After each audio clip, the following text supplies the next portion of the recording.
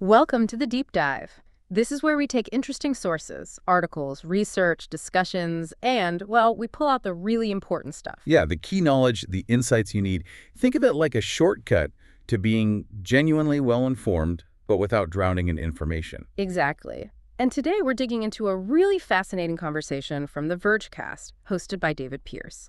We've got two big tech themes on the radar. That's right. First up, Tesla's whole robotaxi situation. What's really going on there? And second, something maybe a bit quieter but super interesting, the rise of these mobile virtual network operators, MVNOs. Plus, we squeezed in a bonus bit, something practical about managing your iPhone storage. Yeah. Because, let's face it, who hasn't needed that? Huh. True. So our mission today is pretty clear. Cut through the noise, deliver some surprising facts, maybe a few aha moments, help you understand what's actually important in tech right now. All done in a way that's hopefully clear, engaging, and respects your time. All right. Let's unpack this. We have to start with Tesla's robotaxis. I mean, Elon Musk has been talking about this vision for, almost a decade now? Fully autonomous cars making money for their owners. The grand vision. But the reality of this recent beta launch, well, it's quite different. How so? What actually happened? Well, what's fascinating here is how low-key it was. Tesla rolled out a very, very limited version in Austin, Texas. This was back on June 22nd. Okay. Limited how? It wasn't some big public reveal. It was strictly invite-only, mainly for, Tesla superfans, a pretty small group. Right. And while the cars were technically driverless, no one actually behind the wheel. There was a catch. Uh-oh. What was the catch? There was always a Tesla employee sitting right there in the front passenger seat. Ah, like a safety monitor. Exactly. Acting as a safety monitor. And they had a kill switch, just in case. Okay, so not quite the summon your car from across the country dream yet. Not even close. Yeah. And it was operating in this tiny geofenced area, just a specific part of South Austin. Geofenced. So like a virtual boundary they couldn't cross? Precisely. Compare that to Waymo, which is also in Austin. Their operational zone is something like 65 square miles. Much, much bigger. Wow. Okay. That's a significant difference. And riders had to use a whole separate app, not the main Tesla app, more like a dedicated Uber-style app just for this pilot program. So a small geofenced zone, safety monitors on board. This feels less like a revolution and more like a very cautious test. It does. And that leads into why it's pretty controversial, beyond just not matching that huge vision Musk painted. What are the main points of controversy then? Well, this raises an important question, mainly around transparency and how they're approaching safety regulations. Fascinating. Waymo, for instance, publishes peer-reviewed safety data. They put their numbers out there. Tesla, well, they don't seem to have that same level of public transparency about their safety practices. Okay. That's a big one. It is. And then there's the tech itself. Tesla famously relies only on cameras. No LiDAR, no radar. The vision-only approach. Yeah, exactly. And many competitors, pretty much all the major ones, argue that things like LiDAR are critical, for reliability, for redundancy, especially in complex situations or bad weather. LiDAR gives you that 3D map regardless of light, doesn't it? Precisely. It's an extra layer of data that cameras alone might struggle with sometimes. So that's a point of debate. And regulation. That's another key piece.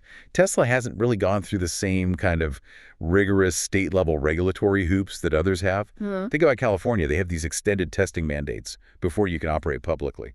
And Tesla hasn't done that for this kind of public robotaxi service. Not in the same way, no. This Austin pilot seems to be operating under different parameters, perhaps more like an employee-monitored test program than a fully approved public service. So if we put all this together, the quiet launch, the safety monitor, the tech choices, the regulatory angle. What's the key insight here? What's this move really about for Tesla? It definitely looks like a strategic pivot, a much more cautious one. Suggesting they're maybe more aware of the risks now? It could signal that, yes. An awareness of just how complex and risky fully autonomous driving really is. And you also have to consider the context, right? Meaning? Well, Elon Musk's public image has become increasingly politicized, and Tesla has faced some corporate headwinds recently. So this could be an attempt to regain some positive momentum, show investors something tangible on the autonomy front. Absolutely. It feels like an effort to finally deliver something related to that robotaxi promise, even if it's a much smaller, more controlled version than the original dream. It's about showing progress, even limited progress, to keep confidence up. Okay, that makes sense. A cautious step to show they're still in the game. Now let's shift gears completely. From self-driving cars?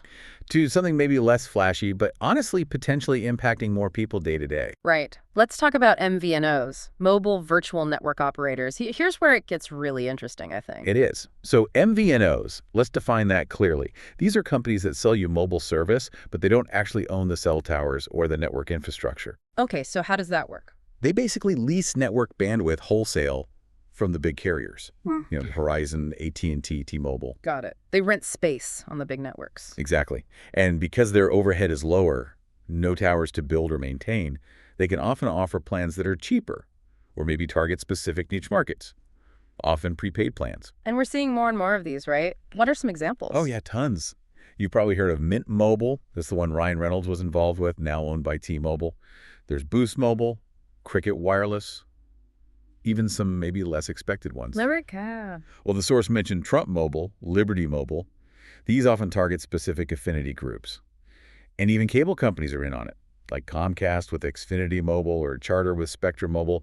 They bundle it. It definitely feels like MVNOs are having a moment. Why now? What's fueling this boom? Several things are kind of coming together. First, 5G. It's actually increased overall network capacity. Ah, so the big carriers have more spare bandwidth they're willing to lease out. Pretty much. More capacity means more they could sell wholesale. Then there are cultural shifts. People are just way more comfortable managing everything online now. No need to go into a store. And eSIMs probably help too. Makes switching easier. Definitely. eSIMs make switching providers much less of a hassle than swapping physical SIM cards. That lowers the barrier to trying an MVNO. Makes sense. Brand appeal is another factor. Mint Mobile, with Ryan Reynolds, did a lot to make these cheaper carriers feel, well, cooler. Less like just a budget option. Shedding that discount carrier stigma. Exactly. And then there's affinity marketing. Like we mentioned, Trump Mobile appealing to a specific political group, for example. And probably the biggest driver for many people. Is just being fed up with the big guys. Right. Pricing fatigue. People are tired of high monthly bills, confusing contracts, maybe not so great customer service from the traditional carriers. MVNOs often offer simpler, cheaper alternatives. It's interesting, this whole MVNO dynamic. Is it the same everywhere? Actually, no. If we connect this to the bigger picture, this is a particularly American phenomenon in many ways. How so? Well, in the U.S., phones are often locked to carriers, right? Yeah. And customers get tied into these long contracts with billing that isn't always super transparent. Yeah, that's definitely been the norm. In many other countries, it's much more common for phones to be unlocked from the start. People just buy a phone, then choose a SIM card from whoever has the best deal that month. SIM swapping is normal. Which creates more real competition. Exactly. Much more fluid competition. The U.S. structure with locked phones and contracts kind of created the space for MVNOs to thrive by offering an alternative path, even if it's still using the main networks. Okay, so they offer lower prices, simpler plans, sounds great. But are there downsides? Risks or trade-offs for consumers? Absolutely. There are definitely things to be aware of. The main one is usually network priority or deprioritization. Meaning your service might slow down. Potentially, yes. Because MVNO customers often sit a tier below the main carrier's direct customers. If the network gets really congested, like at a big event or during peak hours, MVNO users might see their data speeds throttled first. Okay, that's a key trade-off. Anything else? Sometimes there's less transparency about the actual service quality you'll get, and you really have to read the fine print. The dreaded fine print. What kind of things hide there? Hidden restrictions, sometimes. Limits on how much hotspot data you can use, maybe lower video streaming quality enforced, or stricter rules about roaming when you travel. So you save money, but you might give up top priority and need to watch out for those little details. That's the basic trade-off. But honestly, despite that, for a lot of users, the value is just there. You mean the savings outweigh the potential downsides? For many, yes. If you get service that's consistent enough for your needs, significantly cheaper, and you don't have to deal with a big carrier's retail stores or complex bills, that's a really compelling offer. Yeah, I can see the appeal. Okay, before we wrap up, let's do that bonus segment. The practical digital cleanse. Right. iPhone storage. The perennial problem. Sparked by listener questions because, who hasn't hit that wall? That storage, almost full notification of doom. Huh. It feels like an annual spring cleaning, but for your phone. Okay, first things first. A really key distinction to understand about Apple's iCloud. Okay, what's that? iCloud is primarily a sync service. It's not really a true backup or archive in the way people often think. What's the difference? Why does that matter? It matters because sync means changes are mirrored. If you delete a photo from your iPhone to save space, It deletes from iCloud too. usually, yes. That's how sync works. So if you're deleting things only to free up phone space, thinking they're safely archived in iCloud, you might be in for a nasty surprise later. Oh, wow. Okay, that's crucial. So iCloud isn't the safe deposit box for photos you want to keep forever, but remove from your device. Not reliably, no. For a true backup, where photos stay, even if deleted from your phone, you're often better off looking at services like Google Photos or maybe Amazon Photos. They function more like archives. Good tip. Okay, so for actually freeing up space on the iPhone, what works? Apple has that optimized storage setting. Right, in the photos settings, Yeah. you can enable optimize iPhone storage, and it helps. Sometimes. It replaces full-res photos with smaller versions. But you're saying it's not always a magic bullet? In my experience, and what the source noted too, it often doesn't free up nearly as much space as you'd hope, especially if you have a ton of photos and videos. It's worth turning on, but don't expect miracles. Okay, so what's a more effective tactic? A surprisingly good one is to actually log into iCloud.com on a computer. Use the web interface. Why? It just gives you a much better interface for managing large amounts of stuff. You can see everything more clearly, select photos and videos in bulk, download batches to your computer for safekeeping if you want, and then delete them from iCloud, which will then sync and remove them from your phone. Ah, okay. Mass deletion is easier on the web. Much easier. Now, in terms of what to delete for the biggest impact, Yeah, where do you get the most bang for your buck, digitally speaking? number one, video files, especially long ones. 4K videos, even just a few minutes long, can be absolutely massive, several gigabytes each sometimes. Tackling those first makes a huge difference. Okay, videos first. Then, Duplicate photos. We all have them, burst shots, slight variations of the same picture.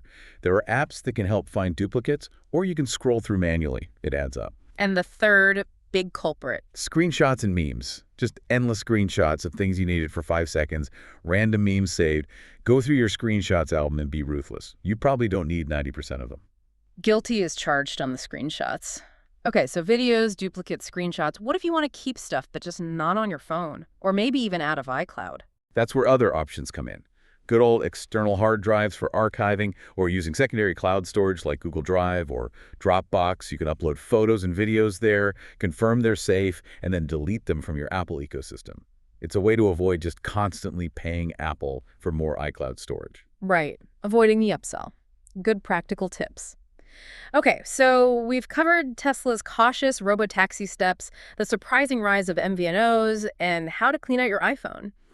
As we look back at the source material, were there any common threads connecting these seemingly different topics? Yeah, definitely. A couple of big themes emerged. One is this constant tension between transparency versus hype. How so? Well, think about Tesla's grand robotaxi promises versus the much more limited, less transparent reality of the current pilot. Or even Apple's iCloud is marketed simply, but the sync versus backup nuance isn't always clear to users until it's too late. It raises questions about trusting companies that control these big platforms. That makes sense. They control the tech, but maybe not always the user's full understanding or experience. What else? Another big one is technology versus regulation. It pops up everywhere here. Right. We talked about with Tesla how they navigate or maybe sidestep some regulations compared to Waymo. Exactly. And MVNOs, too. They operate in this space created by regulations, or sometimes lack thereof, governing how major carriers lease their networks. How laws and government oversight adapt or don't adapt will really shape the future for both robotaxis and these alternative phone carriers. So will regulators clamp down on robotaxi testing? Will they protect MVNOs or let the big carriers squeeze them? These are big policy questions, not just tech ones. Absolutely. And that leads to the final theme, which is maybe the most empowering one for listeners. Which is? User control is power. At the end of the day, whether it's choosing an MVNO over a big carrier or actively managing your photos instead of just paying for more cloud storage, taking ownership works. Making conscious choices about your tech, your data, your providers. Yeah. It generally leads to getting more value, feeling less locked in, and having a better handle on your digital life. And that really encapsulates the goal of this deep dive, doesn't it? Giving you that shortcut to being better informed, armed with these kinds of insights, and maybe some surprising facts along the way. Hopefully. Which leads to maybe one final thought to leave you with. Go for it. It raises an important question, I think. In this digital world that just gets more complex every day, how much control do you actually want over your own data, your own digital experiences? And maybe more importantly, what steps are you willing to take to actually claim that control? Hmm. That's definitely something to ponder as you navigate your own tech world. Great food for thought. Indeed. Well, that wraps up our deep dive for today. Until next time, keep exploring.